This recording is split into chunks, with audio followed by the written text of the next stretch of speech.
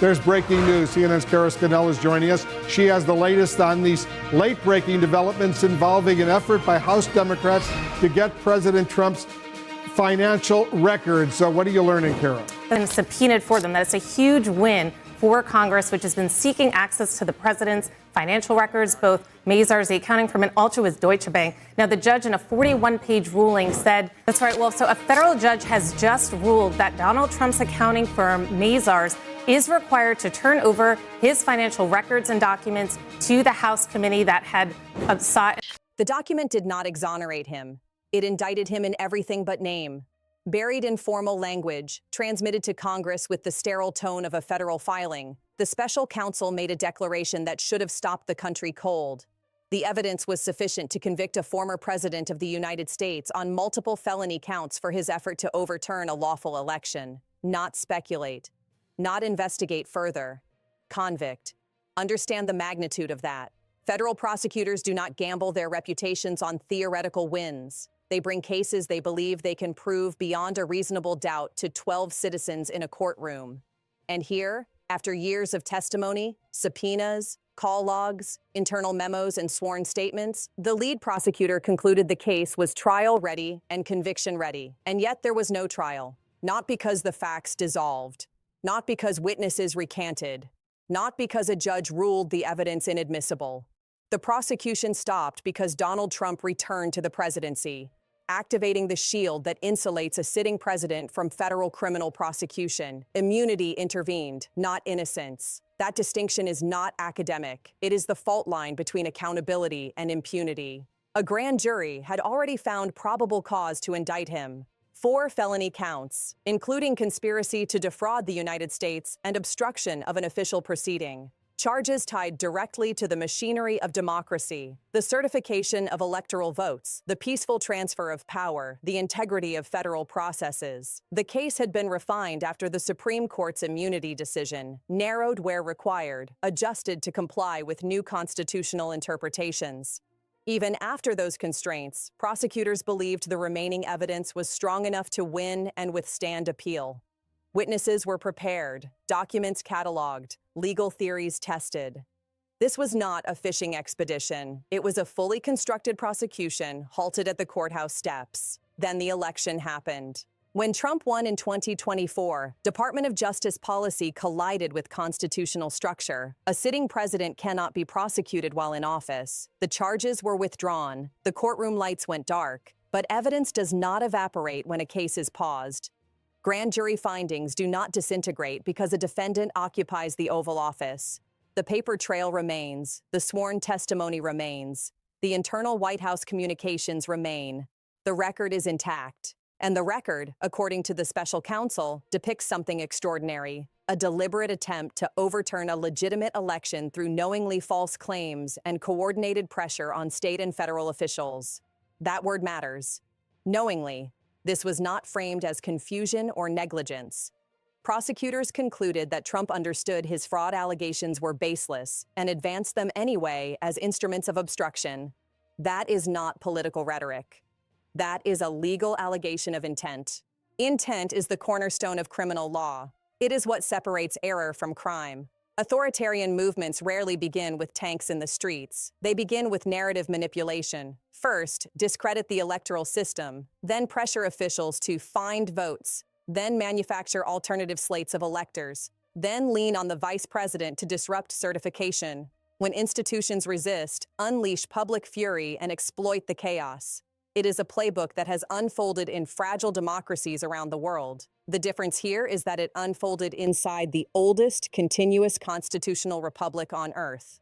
On January 6th, as the Capitol was breached, lawmakers fled. The constitutional process halted under physical threat. The special counsel's report details evidence suggesting that rather than immediately extinguish the fire, Trump attempted to leverage the disruption to delay certification further. If true, that is not passive failure. That is opportunism amid insurrection. Now consider the legal architecture. Conspiracy to defraud the United States. Obstruction of an official proceeding. These are not symbolic charges. Obstruction alone carries a potential 20-year sentence. A grand jury, composed of ordinary citizens, determined there was probable cause.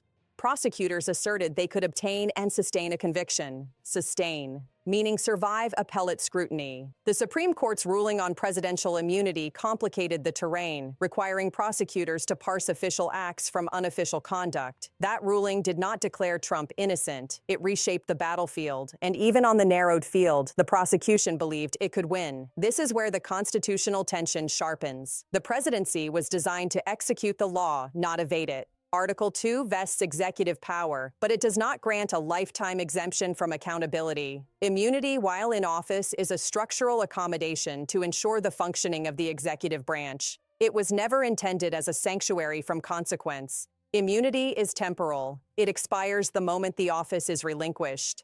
That reality hangs over this entire episode. The evidence remains preserved within federal archives. The statutes of limitation tick forward but have not necessarily run out. A future Department of Justice could, in theory, resurrect the case once the shield drops. That is not speculation. It is how criminal procedure operates. A dismissal rooted in temporary immunity is not an acquittal on the merits. The broader legal landscape compounds the gravity. Trump stands convicted in New York on multiple felony counts related to falsified business records. He has been found liable in civil court for sexual abuse and defamation. The classified documents case, though dismissed on procedural grounds concerning the special counsel's appointment, laid out detailed allegations of retaining and obstructing the recovery of sensitive national security materials. Layer these together, and you see an unprecedented accumulation of legal jeopardy surrounding a single president. No prior occupant of the Oval Office has carried this constellation of indictments, convictions, civil liabilities, and prosecutorial findings. Supporters call it persecution, but persecution does not typically involve grand juries, evidentiary hearings, sworn testimony from aides and Republican state officials, and judicial review at every stage. The machinery of the justice system moved methodically. What halted it was not collapse, but elevation to office. Here is the constitutional paradox. The electorate can, through lawful vote, elevate an individual beyond the immediate reach of prosecution. That democratic choice does not retroactively cleanse alleged criminal conduct. It suspends the reckoning, and that suspension raises a sobering question. What precedent does this establish? If winning office neutralizes pending federal charges, even temporarily, does that create an incentive structure where the pursuit of power becomes a shield against accountability? That is the seed of democratic erosion. When the law bends around a person rather than a person submitting to the law, the equilibrium fractures. The special counsel's report functions as a legal time capsule. It documents conclusions that, absent immunity, would have been tested before a jury. It states plainly that the evidence met the threshold for conviction. It distinguishes between dismissal due to insufficient proof and dismissal due to constitutional constraint. That distinction will echo in law schools and courtrooms for decades. We are left in an interregnum between allegation and adjudication. The American system relies on adjudication. Evidence presented, defense mounted, verdict rendered. Here the process was interrupted. The facts are documented but not adjudicated.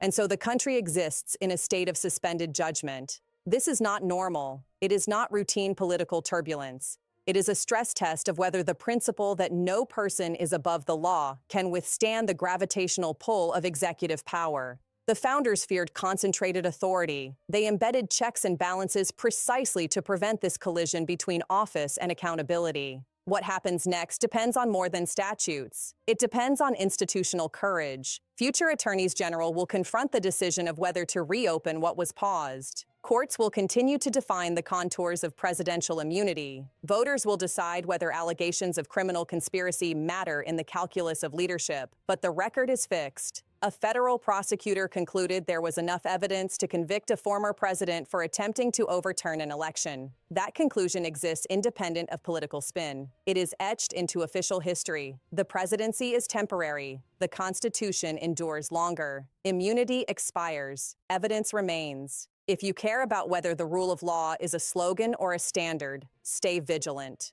These developments do not unfold with sirens every day. They accumulate quietly, case by case, ruling by ruling. Missing them means missing the warning signs.